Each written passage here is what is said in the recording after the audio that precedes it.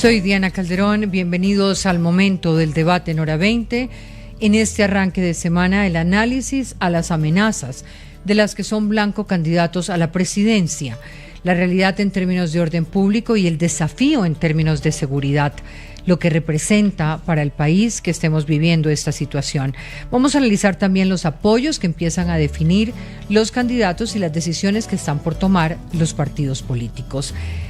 Senador Ariel Ávila, bienvenido, gracias por estar con nosotros y buenas noches. Diana, buenas noches, un saludo a mis compañeros de panel y a toda la audiencia que nos escucha y nos ve. Muchas gracias por la invitación. Andrés Caro, abogado, doctor, candidato a doctor en Derecho, cofundador de la Fundación para el Estado del Derecho. Muy buenas noches. Hola Diana, un saludo para usted, para toda la audiencia y para mis compañeros de panel. Luz María Sierra, periodista, directora del Colombiano. Buenas noches en Medellín, Luz María. Buenas noches, Diana. Gracias por la invitación. Saludos a mis compañeros de panel y a todos los que nos están escuchando a esta hora. Y también con nosotros Gabriel Cifuente, exsecretario de Transparencia de la Presidencia, abogado, profesor universitario. Hola, Gabriel, muy buenas noches. Diana, muy buenas noches para usted, para mis colegas panelistas y por supuesto para toda la amable audiencia de Hora 20. Pues el inicio de la campaña que llevaría a las elecciones presidenciales en 2026 estuvo marcado por el doloroso asesinato del precandidato Miguel Uribe Turbay a manos de la Segunda Marquetalia, como ha indicado las investigaciones de la Fiscalía. Pues ese antecedente lleva a que cualquier amenaza que se presente en este momento debe ser tratada con total seriedad. Amenazas como las que recibieron el fin de semana la candidata Paloma Valencia y el candidato Abelardo de la Espriella a través de redes sociales, con dos publicaciones en las que se veían coronas fúnebres, los nombres y las fotografías de estos aspirantes presidenciales. Este hecho se suma al ataque a la sede de la campaña de Paloma Valencia en Bucaramanga y a la destrucción de material electoral de la misma candidata en Cauca. Ante los riesgos de seguridad, el fortalecimiento de las organizaciones armadas ilegales, su expansión territorial, tema sobre el cual hemos hablado aquí muchas veces, y en capacidades, el gobierno respondió ofreciendo 1.000 millones de pesos para obtener información sobre esas amenazas. Además, se anunció que se reforzará la seguridad de los candidatos. La comunidad internacional, los distintos candidatos presidenciales, la Defensoría del Pueblo, Naciones Unidas, se han pronunciado rechazando las amenazas y exigiendo medidas al gobierno para garantizar los derechos de los candidatos y evitar nuevos hechos de violencia. Yo empiezo por preguntarles qué representa que estemos bajo esta situación de amenazas, en un momento de polarización, de violencia, de esa realidad que conocemos en los territorios colombianos, donde hay una diversificación de estas economías ilícitas. ¿Qué significan esas amenazas en este punto de la campaña, doctor Cifuentes? Por este lado. Pues mira, Diana, yo creo que hay que poner esto un poco en contexto. En los últimos 36 años se han cometido 5 magnicidios en Colombia. Se ha vuelto casi que algo, durante la época de los 80, de los 90, algo natural. Eso ha generado unas fracturas inmensas en la democracia, y el último magnicidio fue hace menos de un año con quien era el representante más opcionado del partido de oposición, Miguel Uribe Turbay. Y esto se le tienen que sumar otra serie de cifras que son preocupantes.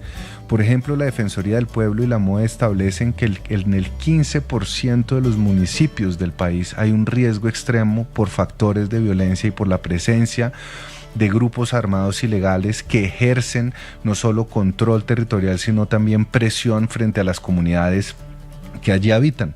Indepaz la semana pasada señaló que el primer trimestre del 2026 había sido el más violento de la última década, con 35 masacres, es decir, una cada 3 días, y más de 133 personas asesinadas. Uno no puede tomarse una amenaza si no es, como bien lo planteaba Diana, con toda la seriedad posible.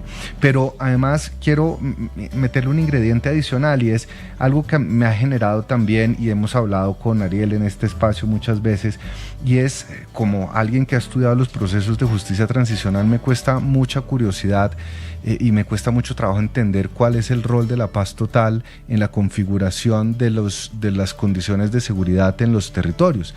a menos de 4 o 5 meses que acabe el gobierno, sin que se haya radicado la ley de sometimiento, teniendo más de 9 frentes y 9 mesas abiertas con bandas criminales, sea disidencias, sea bandolas en Medellín, en Buenaventura, pero sin ningún prospecto jurídico para que esos diálogos puedan continuar o puedan llegar a buen puerto, pues uno sí se tendría que preguntar hasta qué punto tener esas mesas abiertas, esos disidentes con salvoconducto, incluso no rechazando actividades criminales en flagrancia, rechazando la posición de la Fiscalía de levantar las órdenes de captura, pueden llegar a ejercer una violencia y una presión en unos territorios en donde en todo caso el partido oficialista tuvo la mayoría de los votos en las últimas elecciones parlamentarias. Doctor Ariel, frente a esto que estaba diciendo, y esto lo uno con una pregunta que tenía y que a mí me hace mucho ruido, porque la candidata Paloma Valencia decía que hay presiones armadas en favor de Cepeda, entre otros temas por el levantamiento de órdenes de captura en Medellín. El alcalde de Barranquilla denunciaba que hay barrios en la ciudad donde si no se vota por un candidato no dejan entrar. Y yo me pregunto si esta es la manera como deberíamos abordar la situación, porque se presta la situación de absoluta inseguridad y de confrontación y de control territorial, con una manera también de utilizar el momento para hacer política contra el otro, o realmente estamos hablando de que sí debería responder el candidato del oficialismo por lo que está pasando. Diana, entonces yo creo que esto lo toca verlo en términos comparativos para empezar a responder la pregunta. Entonces, los años preelectorales tienden a ser violentos generalmente en Colombia. Y efectivamente, el año pasado lo vivimos, pues asesinaron a Miguel Uribe y tuvimos un montón de atentados y de hechos donde los políticos no podían hacer proselitismo electoral. Eso comparado con hace 4 años, ¿cómo está? Está un poco más elevado, un 8% más elevado. Claro, no ha habido un magnicidio desde hace muchos años, eso, digamos, sí, muy excepcional. Es decir, sí hay un agravamiento, pero no es un agravamiento que signifique que el país está en jaque y que se van a tener que prohibir elecciones o no se van a hacer elecciones. No. Estamos hablando de 283 municipios que tienen una afectación muy alta por violencia. Eso significa, de los poquito más de 1.100 que tiene Colombia, hablemos de una tercera parte, redondeemos en 300, sería una tercera parte, un poquito menos de una tercera parte que estarían en una situación compleja. Y obviamente en esas zonas hacer proselitismo electoral es muy difícil para los candidatos. Entonces, digamos, es riesgoso. No estamos hablando del constreñimiento electoral, sino del peligro. El proselitismo, el hacer proselitismo por parte de los candidatos. Es decir, ir a la Plata Huila para cualquier candidato o candidata en ese momento corre un riesgo. Eso es una cosa. Entonces, comparado con hace 4 años, claro, está más grande, un poco más grande, pero con hace 20 años es mucho menor. Hace 20 años eran 900 municipios, estamos hablando de 300. Bien. 2. Otra cosa es que se haga constreñimiento al elector, es decir, que se le obligue al elector a votar por un candidato. Que en algunos barrios de Barranquilla, que en algunas veredas del Putumayo y demás, a hoy se conocen 3 municipios donde esto ha sido puesto, al menos en una denuncia pública, que es lo de Barranquilla, que es unas zonas del Cauca y posiblemente unas zonas del Putumayo. ¿Eso cuánto es dentro del censo electoral? Si uno lo mirara por municipios, sería un 7% del censo electoral, pero no sabemos si es más. Y obviamente, por ejemplo, lo que está pasando en Tumaco, Nariño, es en algunas veredas, no en todo el casco urbano, igual que lo que pasa. Entonces, ahí es el 7%. Eso ya ha pasado, claro, en Colombia pasó pues el fenómeno de la parapolítica, pues fue básicamente eso, se obligaba a la gente a votar por un candidato. Bien, tercero, el otro dato duro, de esos grupo de 300 municipios en cuáles el crimen gobierna, digamos, que es donde la presencia de organizaciones criminales, en los datos que yo tengo, más o menos son 70 municipios.